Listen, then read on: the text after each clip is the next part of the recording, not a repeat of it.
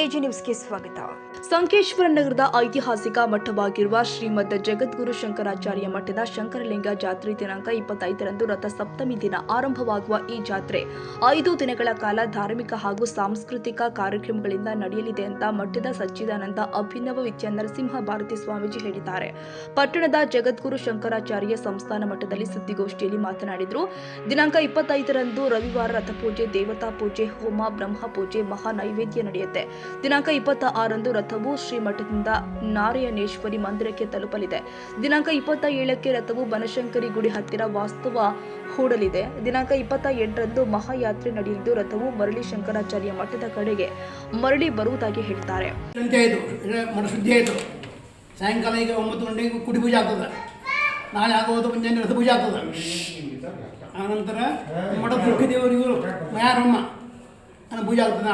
ನಾಳೆ ಮಧ್ಯಾಹ್ನ ನಾಡದು ರಥದಿಂದ ನಾರಾಯಣೇಶ್ವರ ಗುಡಿಗೆ ಹೋಗ್ತದೆ.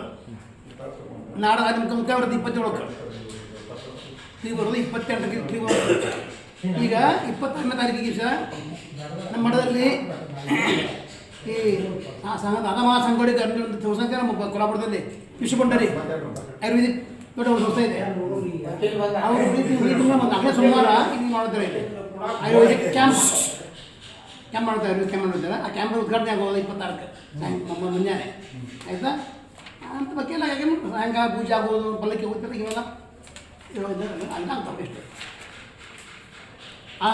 ಅದು ಬಿಟ್ಟು ಇದು ಇದಾಗೋದೇನು, ಇದು ಯಾವುದು ಇದು ಪೊಲೀಸ್ ವಾಗ್ಭಕ್ತ ಇದು ಆಗೋದು ಇದು ನೋಡಿರಿ.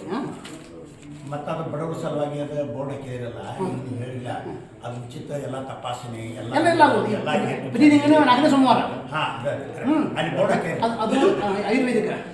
ನೀವು ಆಯುರ್ವೇದಿಕ ಡಾಕ್ಟರ್ ಒಂದು ಇದಾಗ್ಬೋದು, ಹೋಮಿಯೋಪತಿಕ ಅದು ಆಗೋದು. ಎರಡು ಮಾಡ್ತಿದ್ವಿ.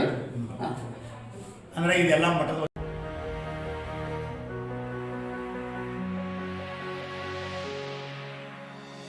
ಕನ್ನಡಿಗರ ಮೆಚ್ಚಿನ ನಿಮ್ಮ ಎಜೆ 24/7 ನ್ಯೂಸ್ ಕನ್ನಡ ವಾಹಿನಿ ಇದೀಗ ಟಿವಿಯಲ್ಲಿ ಲಭ್ಯ. ವೇಳೆ ನೋಟಿಸ್ ಕೊಟ್ಟಿದ್ರೆ ವಾಪಸ್ ತಗೋತೀವಿ. ಇವತ್ತು ವಕ್ಫ್ ಪ್ರಾಪರ್ಟಿ ಅಂತೇಳಿ ಬರ್ತದೆ ಅಂತ ಹೇಳಿದ್ರೆ ರೈತರ ಬೀದಿಗೆ ಬದಲು ಏನ್ ಮಾಡ್ಬೇಕಾಗತ್ತೆ? ಯಾರು ವೋಟ್ ಹಾಕಲಿಲ್ಲ ಅಂದ್ರೆ ಗ್ಯಾರಂಟಿನೆಲ್ಲ ಸ್ಟಾಪ್ ಮಾಡ್ಬಿಡ್ತೀವಿ.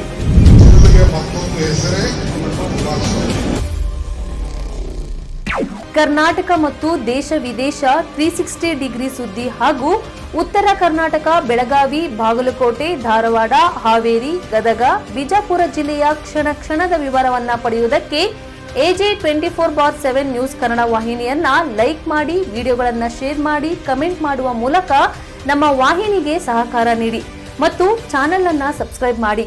ಧನ್ಯವಾದಗಳು.